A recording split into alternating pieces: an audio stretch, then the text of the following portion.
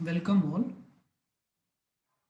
So now in this lecture we'll be moving to a next topic where we'll be discussing in detail about process. So initially let us try to understand the concept of process. So first let me define process. As already discussed, a process is a program under execution. A program cannot be called as a process. A process is an active entity, whereas program is an passive entity.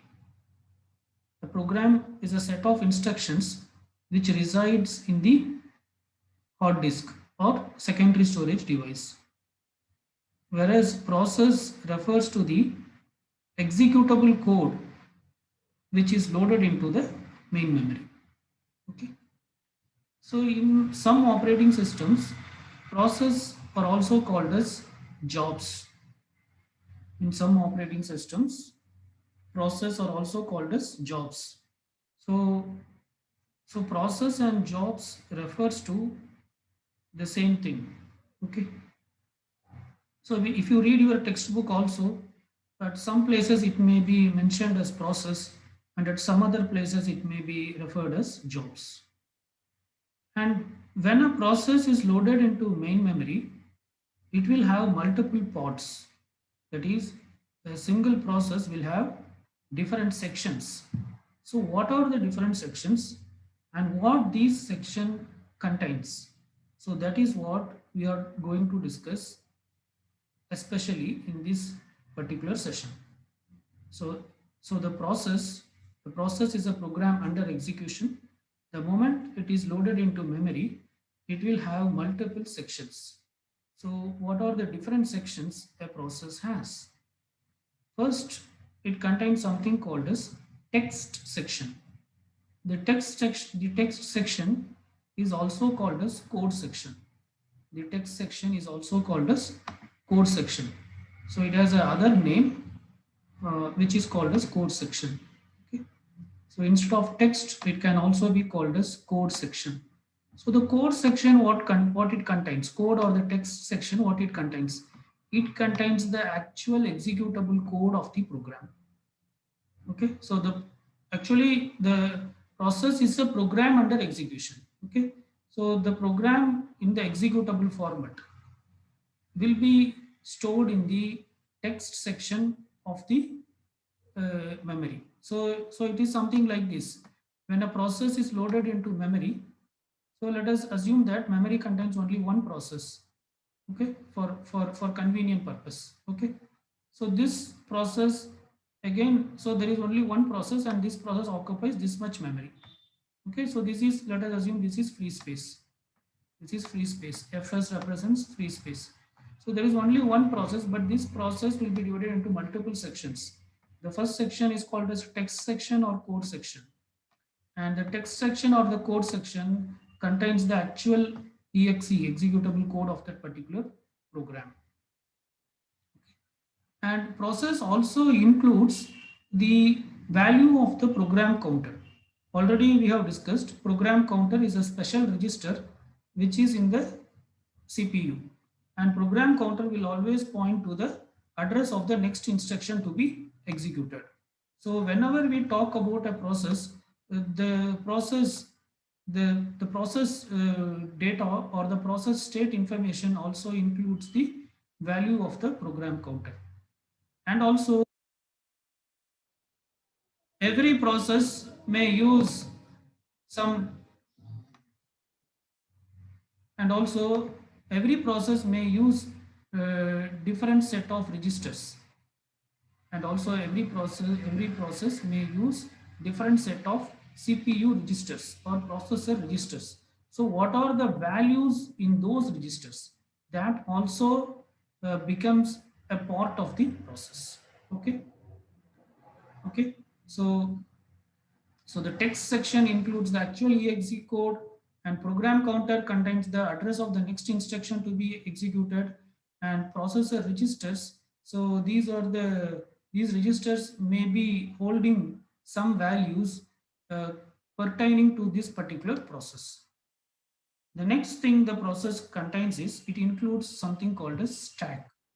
So some part of the memory will be uh, allocated for stack. Okay, so already you know about the stack data structure. So stack is a lost in first out data structure. It is whatever you push lost into the stack, that will be the first one to come out. Okay, so it is that type of data structure stack is. And this stack, what it contains in the sense, it will hold some temporary values. So basically it will hold some temporary data items. So what are these temporary data items? These temporary data items includes function parameters. If there is any, if this particular process is calling any other function, then those function parameters, okay, after executing the function, to which address it should come back, the return address and the value of the local variables. So these things will be pushed into the stack. So all these are part of a single process. Okay, so let us assume process 1. So process 1 was allocated this much memory, but the memory is divided into several sections like TS text section, which contains the exe code, and stack, which is used to store the temporary data items or temporary data such as function parameters, return address from function, and local variables. Okay, and then yeah, and then the particular uh, process also includes something called as data section. So what is data section? The data section contains all the global variables related to this particular process. Okay, so any process may have two type of variables, local variable and global variable. So local variables are the variables which are accessible only within a given function. The process may be using more than one function. Okay, so global variables are one which are accessible for all the functions. Okay, so the value of the global variables will be stored in the data section. What are the global variables used by this particular process, and all those values will be stored in this particular section of the memory, and that section is called as data section. Okay, so this is the next section uh, which corresponds to a particular process, right? And next what we have is something called as heap memory. So what is a heap memory? So we can consider this as heap memory. So heap memory is used to dynamically allocate memory for this particular process. So sometimes the process which is getting executed, it may want to allocate memory dynamically. Dynamically means what? Dynamically means allocating memory at runtime. So if any memory is allocated at runtime, okay, so if any memory is allocated at runtime, then for that this particular memory will be used. Okay, so for example, say there is one instruction in the text section or the code section which says that allocate 10 bytes of memory, allocate 10 bytes of memory for a particular variable called c. That is, this c should be allocated with 10 bytes of memory. Now from where this, now this process, from where it will get this 10 bytes? It cannot go beyond this particular memory which is assigned for this particular process. Okay, and also it cannot take any other memory. It cannot simply take memory out of data section, or it cannot take memory out of stack section. In that case, it has to use this heap memory from heap. So some amount of heap memory will be provided. From that, it will use the particular 10 bytes. Okay. So basically, heap is used to allocate memory dynamically. Okay. So it is used for allocate memory. Yeah. So I'll call it as allocate memory dynamically. So dynamic memory allocation means allocating memory at runtime, right? Yeah. Okay. So these are the different sections correspond to a particular process. So when a single process is getting executed, it includes all these section. It includes text section or code section, which contains the actual exe code of the particular process, uh, and it includes the and it includes the value of the program counter, which contains the address of the next instruction to be executed, and it includes the processor register values which were used by this particular process, and it includes a stack area which contains temporary data like function parameters, return address, and local variables. And it includes a data section which includes the global variables. Okay, it includes the value of the global variables. And also it includes a heap section which is used for dynamic memory allocation. Okay.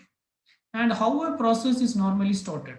A process is normally started by double clicking on it. Okay.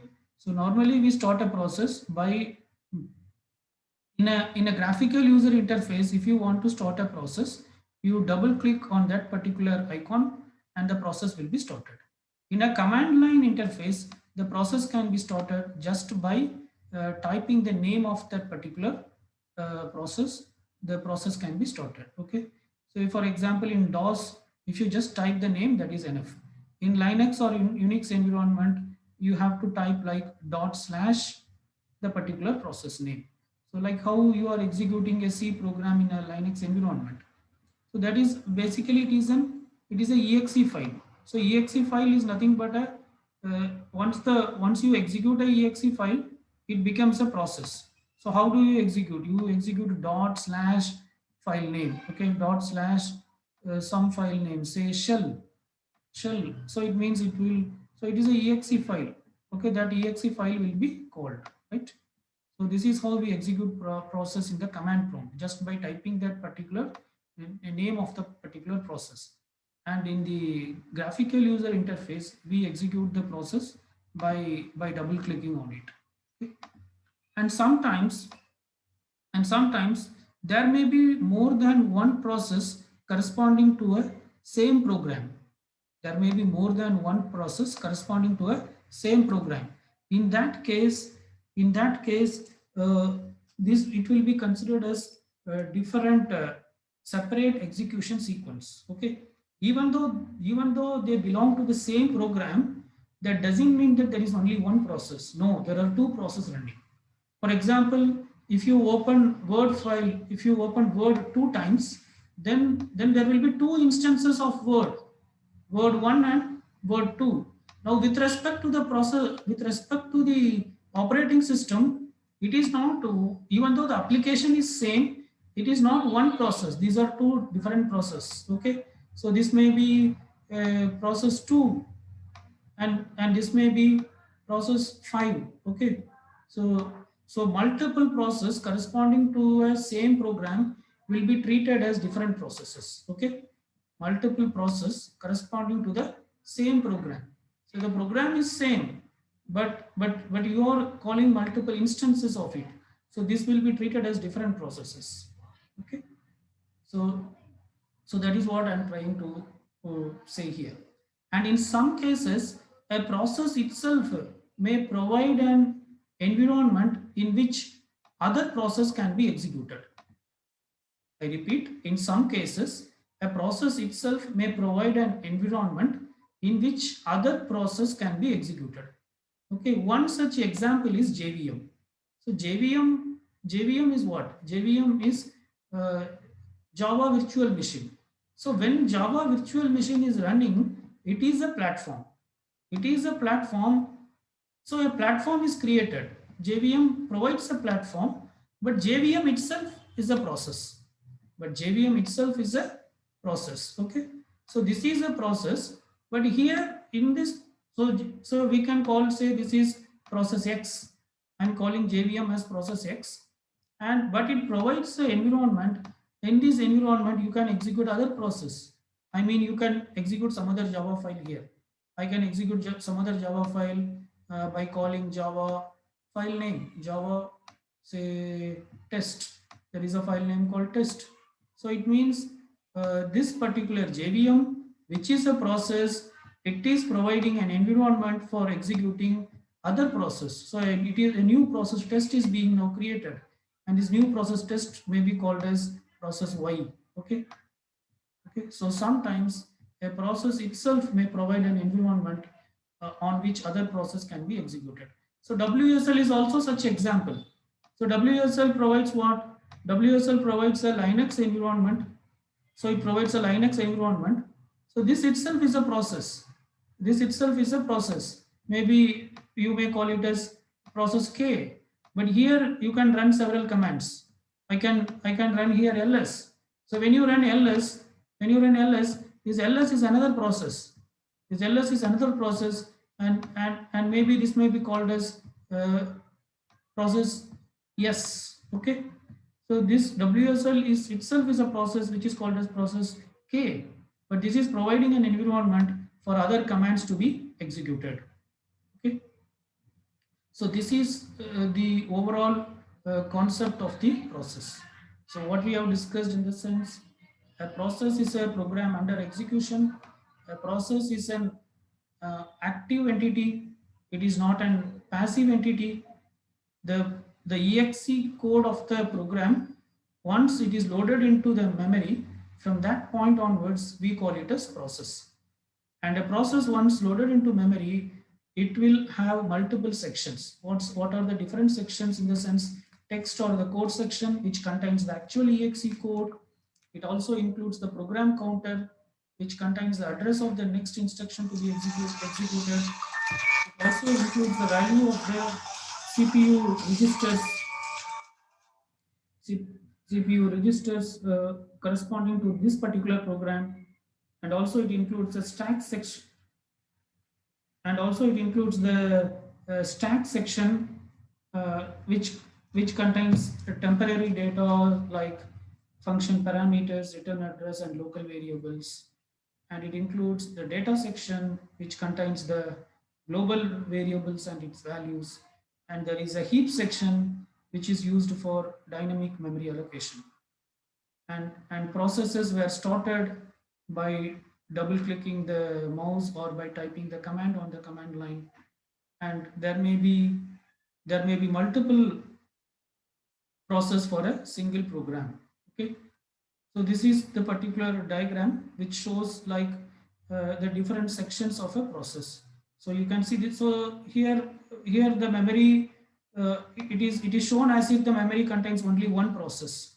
It is shown as if the memory contains only one process, but this is not the real scenario. You may have multiple process.